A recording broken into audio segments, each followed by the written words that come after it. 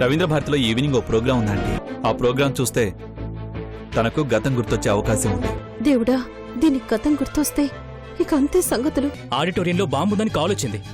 ఇక్కడ నుంచి త్వరగా వెళ్ళిపోండి సార్, సేఫ్ కాదు. ప్రోగ్రామ్ క్యాన్సిల్ అని చెప్పి పంపించేశాను madam. Thank you very much inspector. నేను బావగారు మీ ఇంటికి డిన్నర్ కి వస్తున్నా. ఇంకొక గెస్ట్ కూడా వస్తున్నారు, గౌతమి.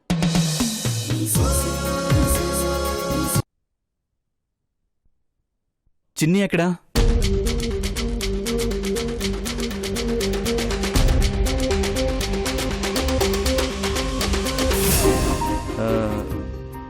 పెరుగు పెట్టలేదేంటి? ఇప్పుడే తీసుకొస్తా.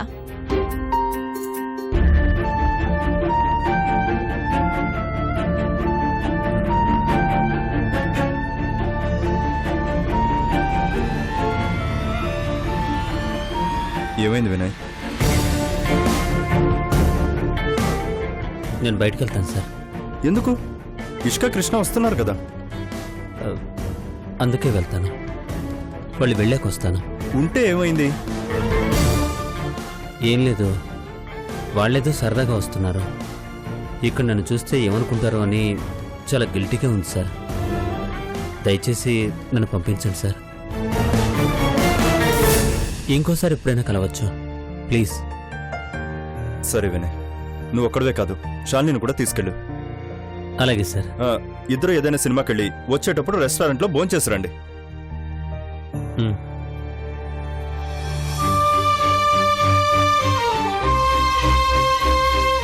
చిన్ని ఫ్రెండ్స్తో సినిమాకి వెళ్ళింది. మీరు వస్తున్నట్టు తెలీదు. మరి భోజనం మనం తినేద్దాం. తన ఫ్రెండ్స్తో రెస్టారెంట్లో తినేసి వస్తానని చెప్పింది. అయితే లేట్ ఎందుకు, లాగించేద్దాం. రండి.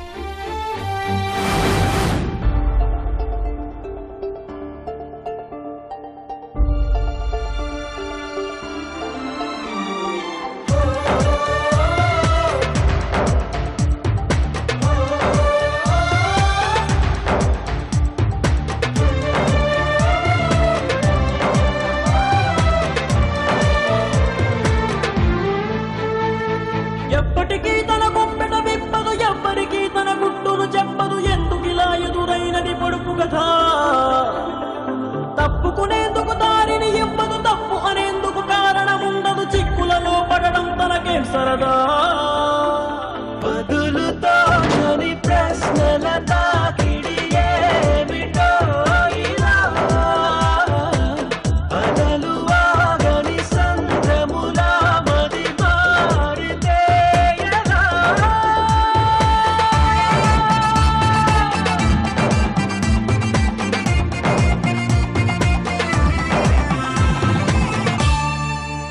అమ్మయ్యా, కమ్మటి భోజనం పెట్టావన్నయ్యా, చాలా బాగుంది.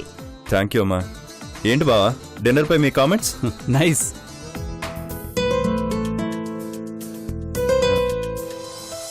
గౌతమి గారు, మీరు కూడా మీ అమూల్యమైన అభిప్రాయం చెప్తే సంతోషిస్తాం. పొట్ట పగిలిపోయేలా తిన్నానండి. ఇది అరగడానికి వారం పడుతుందేమో. ఎందుకు, ఇల్లంతా ఓ రౌండ్ వేస్తే సరి. అన్నయ్య, గౌతమికి మీ ఇల్లు చూపించు. గౌతమ్ గారు రండి.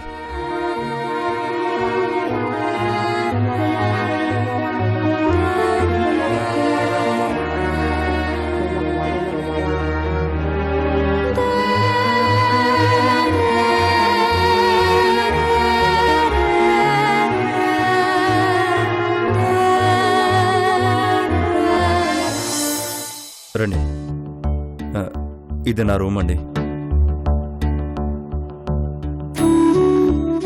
బాగుంది. Thank you. ఒక్క నిమిషం అండి. దీంట్లో ఒక స్పెషల్ ఉంది, అది మీకు చూపిస్తాను.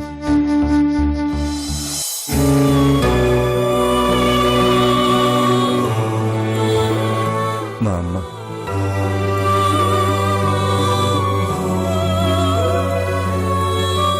బాగున్నారండి. బతుకుంటే ఇంకా బాగుండేది. సారీ. ఎందుకండి? తను వెళ్ళిపోతూ నా కోసం తన జ్ఞాపకాల్ని, తనలాంటి వాళ్ళని వదిలేసి వెళ్ళింది. అమ్మ చీరలు, నగలు, ఇవి తన కోడలకు చెందాలని చెప్పి తన ఆశ.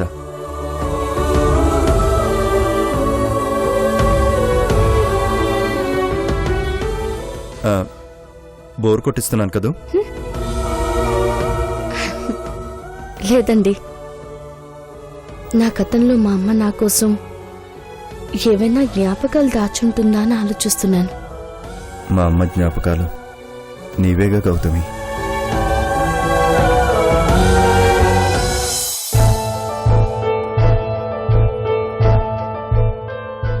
ఇక మేము బయలుదేరుతాం శత్రు. అవునన్నయ్య, ఇప్పటికే లేట్ అయింది. 1 minute అమ్మా.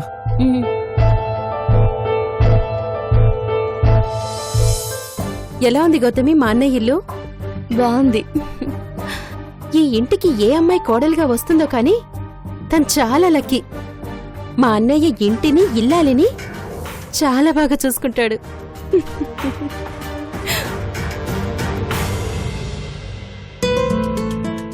ఏంటమ్మా నాకేదో సర్టిఫికెట్ ఇస్తున్నావు? ఏం లేదన్నయ్యా, నువ్వేంటి ఏదో హడావిడి చేస్తున్నావు? అదేం లేదమ్మా, ఆనవాయితీ అంతే. మొదటిసారి మా ఇంటికి వచ్చారు కదా, తీసుకో.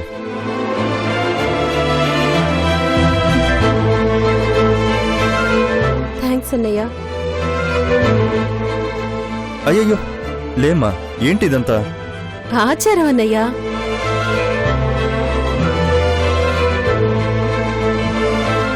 తీసుకోండి. నాకెందుకండి? పర్వాలేదు, తీసుకోండి.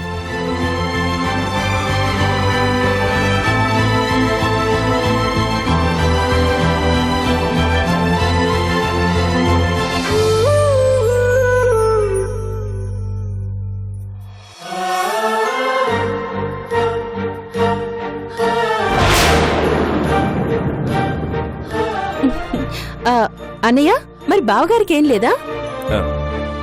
సారీ బావా, నీకు నెక్స్ట్ టైం ఇస్తాను. హే, ఇట్స్ ఓకే.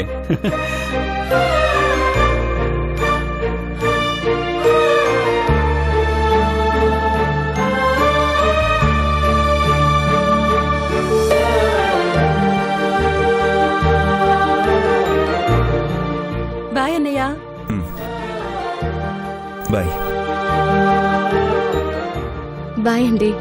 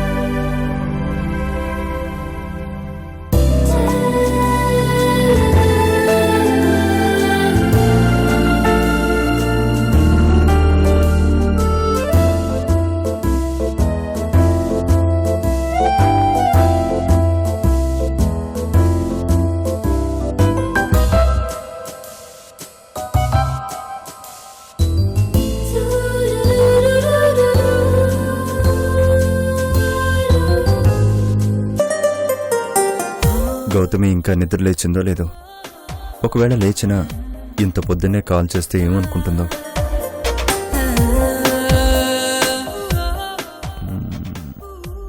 సరే, కాల్ చేసి చూద్దాం.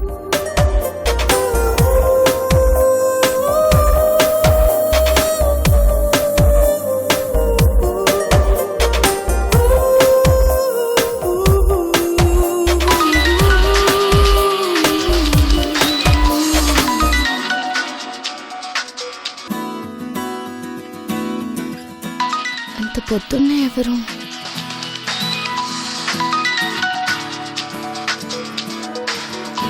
శత్రు గారు.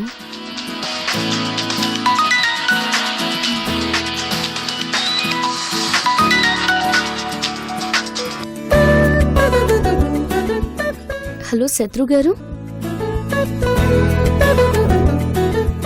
Good morning Gautami. Good morning అండి. ఆ, లేచారా? లేదండి, మీరే లేపారు. ఓ సారీ, డిస్టర్బ్ చేశానా? అదేం లేదు, నైట్ బాగా లేట్ అయింది, దాంతో టైమే తెలియలేదు. అవును, ఇంత పొద్దున్నే కాల్ చేశారేంటి? ఆ, చెప్తే నవ్వుకోరుగా? చెప్పండి, పొద్దున్నే నవ్వడం హెల్దీయే కదా. శారీ ఎలా ఉందో అడుగుదామని చేశాను. మీరు మంచి మనసుతో ఇచ్చారు. ప్రేమతో ఇచ్చింది ఏదైనా బాగుంటుంది.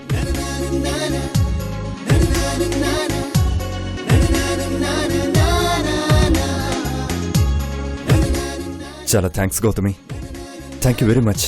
థ్యాంక్స్ చెప్పాల్సింది నేను. మంచి శారీ ఇచ్చారు. లేదండి, నేను ఫస్ట్ టైం ఇంత హ్యాపీగా ఉన్నాను.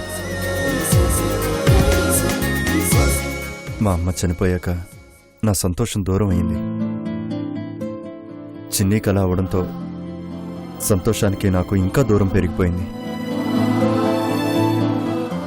కళ్ళల్లోకి నీళ్లు వచ్చేవి, కానీ అవి ఎదుటి వాళ్లకు కనిపించకుండా దాచేవాణ్ణి. పెదాల మీదకు చిరునవ్వు వచ్చేది కాదు, కానీ చిన్ని కోసం నవ్వాల్సి వచ్చేది. నటించేవాణ్ణి గౌతమి. నాకు నేనుగా బతకలేక నాలోనే నేను చిత్రహింస పడేవాణ్ణి. ఎప్పుడైతే నువ్వు మా ఇంటికొచ్చావో ఆ రోజే నా జీవితం మారిపోయింది గౌతమి. చిన్ని చేతికి నువ్వు కట్టిన తాయెత్తు చిన్నిలో మార్పు తీసుకొచ్చింది. ఎవరూ రాని మా ఇంటికి నువ్వు ఆత్మబంధువులా వచ్చావు. ఆ తర్వాత నిన్న నువ్వు, కృష్ణ, ఇష్క వచ్చారు. మీ అందరూ రావడం, కలిసి భోంచేయడం సంతోషంగా ఉంది గౌతమి. మొదటిసారి మా ఇల్లు ప్రేమతో నిండిపోయింది.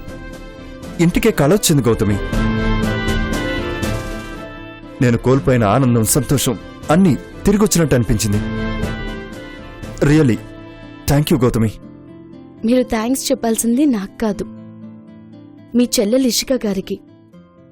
తనే నన్ను, కృష్ణ గారిని మీ ఇంటికి తీసుకొచ్చింది. మీ ఆనందానికి కారణం తనే. కాదు గౌతమి, నువ్వే నా సంతోషానికి కారణం.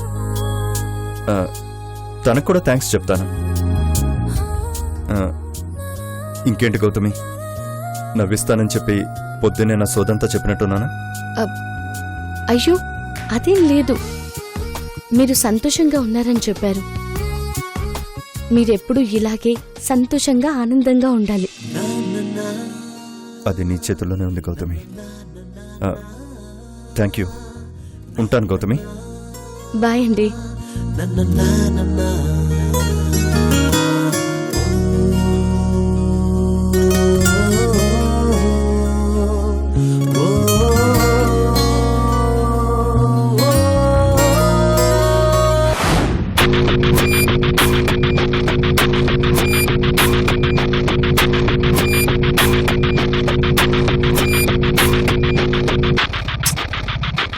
దేశంలో పొలిటికల్ సినారియో ఏమీ బాలేదు. మీ బిజినెస్ డీలింగ్స్ అన్ని కొన్ని రోజులు పాజ్లో పెట్టండి. నా బిజినెస్కి నీ పాలిటిక్స్కి ఎప్పుడూ ముడిపెట్టలేదు, ఇవాళేంటి కొత్తగా? జాగ్రత్త పడతారని చెప్తున్నాను. మాయా, వదిన గారు రండి. అన్నయ్య గారు రాలేదా? బాగున్నారా? ఏం బాగులే నాయనా, మమ్మల్ని పట్టించుకోవడమే మానేశారు. ముళ్ళ కంపను ఎవరైనా తగిలించుకుంటారా? మీరే మమ్మల్ని మర్చిపోయారు అక్కయ్య గారు. పెళ్లికి కాస్తా వచ్చారు, ఆ తర్వాత ఇంటికి రానేలేదు. పిలిస్తే ఎందుకు రామమ్మా? ఏదో పెళ్లికి తూతూ మంత్రంగా పిలిచారు, ఆ తర్వాత ఒక ఫోను లేదు, పిలుపు లేదు.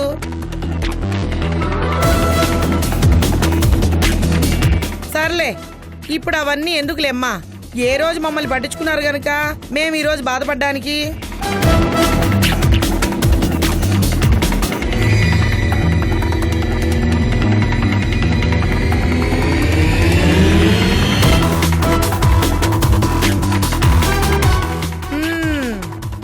ఏమ్మా కొత్త పెళ్లి కూతురా, ఆ 3 రాత్రులు పూర్తయ్యాయా? ఇంకా అలాగే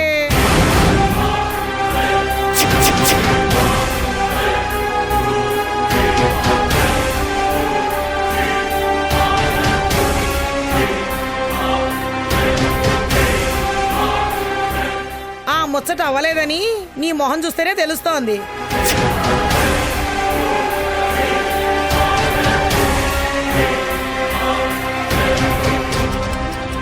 ఇంకేమవుతుందిలే, అవ్వాల్సినవన్నీ ఆ పబ్బులోనే అయిపోయాయిగా.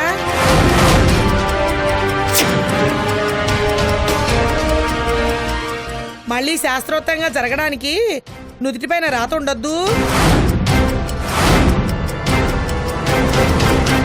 అది లేదు నీకు.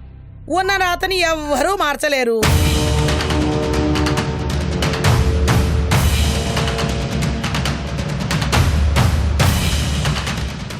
ఎవరి రాతలు ఎవరు చూడొచ్చారు గాని ముందు మీరు వచ్చిన పని ఏమిటో చెప్పండి. అదేమిటమ్మా, వేడిపెనం మీద చల్లటి నీళ్లు చల్లినట్టు సుర్రుమంటావు? ఏ, నేను మీ ఇంటికి రాకూడదా? రాకూడదని ఎవరు- మాయా రావద్దని ఎలా అంటాం వదిన గారు? మీరు మాకు పెద్ద దిక్కు లాంటి వారు, ఎప్పుడైనా రావచ్చు. ఈవిడ పెద్ద దిక్కు కాదు, పీడ లాంటిది. పిశాచంలా తగులుకుంది. పిలుపులకే దిక్కులేదు, ఇంకేం పెద్ద దిక్కు నాయనా. అయినా ఈ కాలంలో పెద్దంతరం చిన్నంతరం ఎక్కడేటి సచ్చాయి. మీ ఇంటి విషయాల్లో తలదూర్చడం నాకెందుకులే. అనాల్సినవన్నీ అని మళ్ళీ ఎందుకు అంటుంది. దీనికన్నా ప్రతిపక్షాలు నయం. ఇంతకీ అల్లుడు గారు ఎక్కడా? ఇంట్లోనే ఉన్నాడా లేకపోతే బయటికి వెళ్ళిపోయారా? ఆయన గారితో మీకేంటి పని? ఏమమ్మో, అప్పుడే నీ కొంగును కట్టేసుకున్నట్టు మాట్లాడుతున్నావు. కృష్ణ నీకు మొగుడైతే నాకు అల్లుడు. దాంతో నీకు మాత్రమే కాదు, మిగతా వాళ్ళకు కూడా పనులుంటాయి. ఏదో నేరస్తురాలు నిలదీసినట్టు అడుగుతావే. వదిన గారు చిన్నపిల్ల, తనేదో తెలియకంది. అల్లుడు గారు పైన ఉన్నారు, మీరెళ్ళి మాట్లాడండి. పబ్బుల్లో గబ్బు పని చేసి పెళ్లి చేసుకుంది. ఇదేం చిన్నపిల్ల?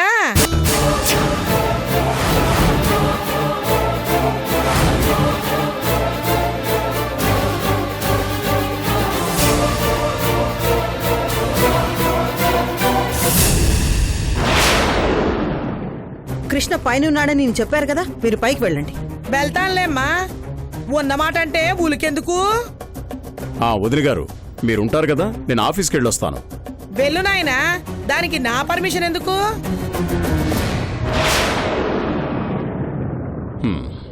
నేను వెళ్ళొస్తాను మాయ.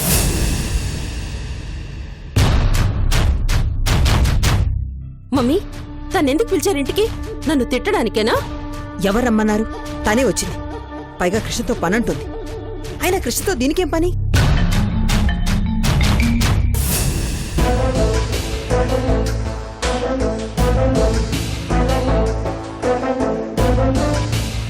అల్లుడు,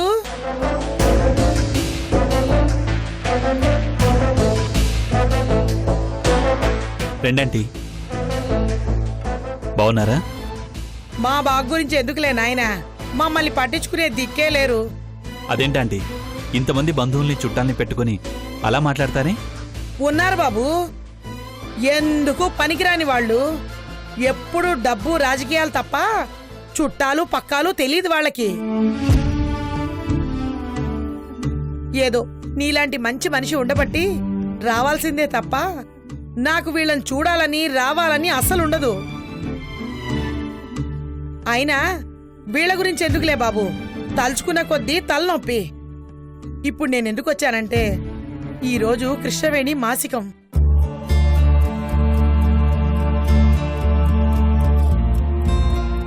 దాని గురించి మాట్లాడదామనే వచ్చాను. అయ్యో, పనుల్లో పడి మర్చిపోయాను. మాసికానికి కావాల్సిన ఏర్పాట్లన్నీ పూర్తయ్యాయి బాబు. నేనే దగ్గరుండి చేయించాను. కానీ ఏదో లోటు అనిపించి ఇక్కడికి వచ్చాను. ఏం కావాలో చెప్పండి, ఏర్పాటు చేస్తాను.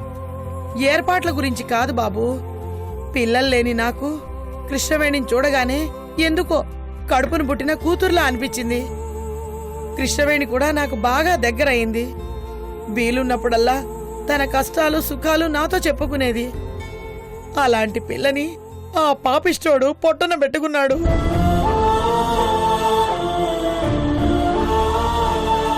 పేపర్లో కృష్ణవేణి ఫోటో చూడగానే నా కన్న పేగే కదిలినట్టు అనిపించింది బాబు.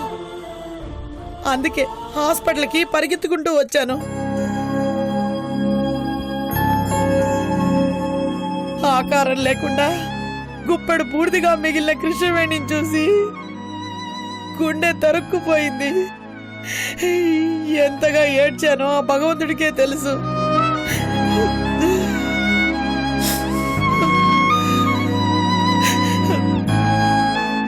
ఇప్పటికీ కృష్ణవేణి గుర్తొస్తే రాత్రిళ్ళు నిద్ర పట్టదు బాబు.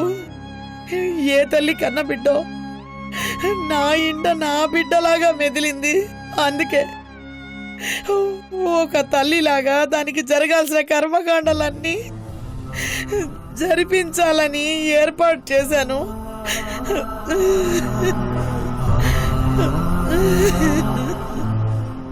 నేనెంత సొంత మనిషిలా ఫీల్ అయినా కృష్ణవేణికి కన్న తల్లిని కాదు కదా బాబు. తనకి నాకు ఏ సంబంధము లేదు. ఆయన వాళ్ళని దూరంగా వదిలి వచ్చింది, ఈ లోకాన్ని దూరంగా వదిలి వెళ్ళిపోయింది. కనీసం ఆయన వాళ్లతో కృష్ణవేణి కర్మకాండైనా జరిపిస్తే తన ఆత్మ శాంతిస్తుందని చిన్న ఆశ. కృష్ణవేణి నీకు బాగా తెలుసు అంటున్నావు కదా, తన బంధువులు ఎవరైనా ఉంటే వాళ్లతో ఈ మాసికం జరిపిస్తే బాగుంటుంది బాబు. అదొక్కటే లోటుగా ఉంది.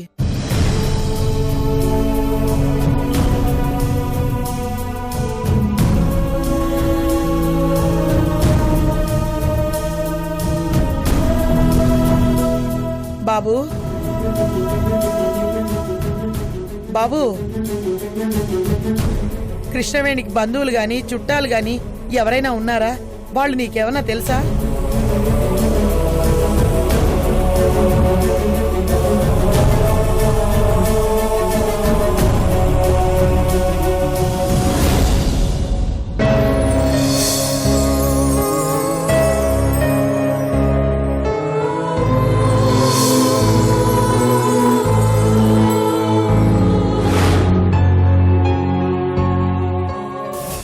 గౌతమి చెల్లి కృష్ణవేణిని ఎవరో దుర్మార్గులు అతి కిరాతకంగా చంపి ఊరి చివర పడేశారు. వాళ్లను ఊరికే వదిలిపెట్టాను, ఊరికమ్మో ఎక్కిస్తాను. తను